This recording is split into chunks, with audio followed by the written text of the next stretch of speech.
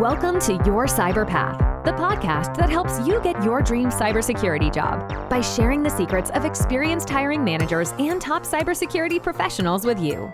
Now, on to the show.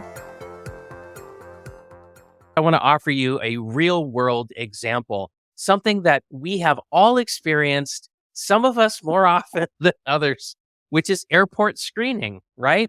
So when you go through the airport screening, you're trying to get on your airplane.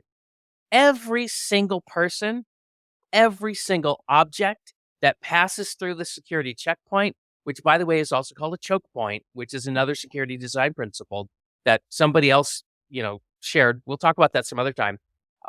Is inspected. So when you go to the airport, there is complete mediation. That's one of the real world examples I have.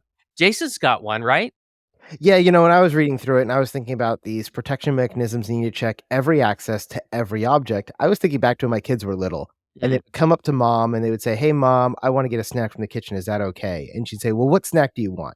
And they say, "Oh, I want, a Snickers bar." And she'd be like, "No, you can't have that, but you can have some grapes." Okay. And they go to the kitchen to get their grapes and they eat their grapes, right? And then if they didn't want to go ask mom again, they go back to the kitchen and get more grapes, but they're not supposed to because, they were only permitted or allowed access to that object at that particular time. And then once they were done with it, if they want to come back 3 hours later, they had to ask again, right? "Hey, can I have some more grapes now? Because we don't want to ruin their dinner."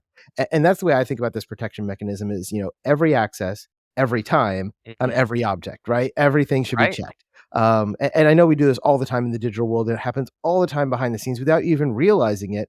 When you're logging into your email, when you're logging into your computer, when you're logging into different programs, when you're accessing things over the network, all of these things have different access checkpoints for each object you're trying to access, whether it's a file, whether it's a website, whether it's a port, all those type of things, right?